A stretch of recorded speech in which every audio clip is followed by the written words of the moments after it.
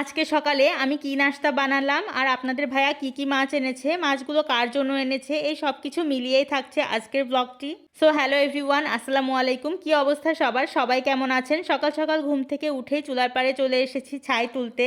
ছাই তুলতে যেয়ে দেখি ছাইটা গরম, মানে সকালে আম্মু চুলা জ্বালিয়ে পানি গরম করেছে, এজন্য আমি আর ছাইটা তুললাম না।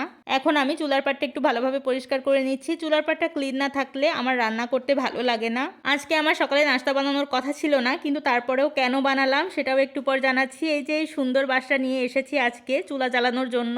প্রথমে আমি চুলায় কিছু কাগজ দিয়ে দিচ্ছি। কাগজ দিয়ে চুলা জ্বালাতে আমার খুবই ভালো লাগে, কারণ কাগজ দেওয়ার সাথে সাথে চুলাটা দাও দাও করে জ্বলে ওঠে। সাথে কিছু পাটকাঠিও এখানে দিয়ে দিলাম। এই যে ভাতগুলো, এগুলো আমার চাচি শাশুড়ি গতকাল রাত্রে আম্মুর জন্য পাঠিয়েছে। মোটা চালের ভাত, সাথে কয়েক পদের ভর্তা।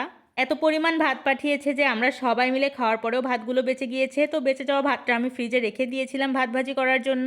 এখানে আমি বেশি করে পেঁয়াজ কাঁচামরিচ নিয়েছি, সাথে কয়েক রকম সবজি নিয়েছি, কিন্তু ভাত ভাজি করতে এসে দেখি যে ভাতের চেয়ে সবজির পরিমাণ কম হয়ে গেছে, আর একটু সবজি হলে ভালো হতো। আর আজকের ভাত ভাজাটা আমার কাছে অনেক মজা লেগেছে। মোটা চালের ভাত এই জন্য হয়তো, কারণ আমি মোটা চাল অনেক বেশি পছন্দ করি।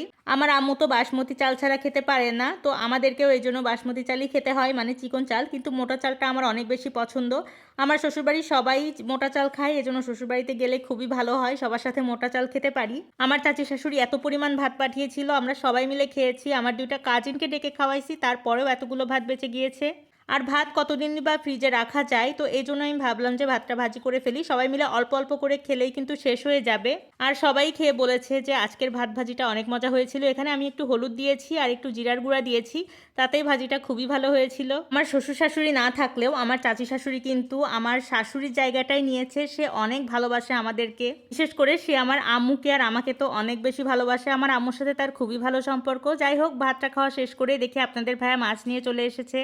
এখানে সিলভার কাপ মাছ ছিল আর তেলাপিয়া মাছ ছিল। এই মাছগুলো আমার বড় ননদের জন্য আনা হয়েছে। আমার বড় ননদের ছেলে একটু অসুস্থ, আমার আব্বু আর আম্মু আজ সন্ধ্যার পর তাকে দেখতে যাবে, ওই জন্য আপনাদের ভাইয়া কিছু মাছ এনে দিয়েছে। তো এই মাছগুলো আমি একটু মাথাটা কেটে ফোর পাখনাগুলো ফেলে নাড়ি ভুঁড়িটা বের করে রাখবো, কারণ এভাবেই যদি ফ্রিজে রাখি মাছটা গন্ধ হয়ে যেতে পারে নাড়ি ভুঁড়ির কারণে। আর সবচেয়ে বড় কথা, আম্মুরা যেহেতু সন্ধ্যার পর যাবে, ওই সময় কিন্তু আপার মাছগুলো কাটতে অনেক কষ্ট হবে, যেহেতু এখন শীত।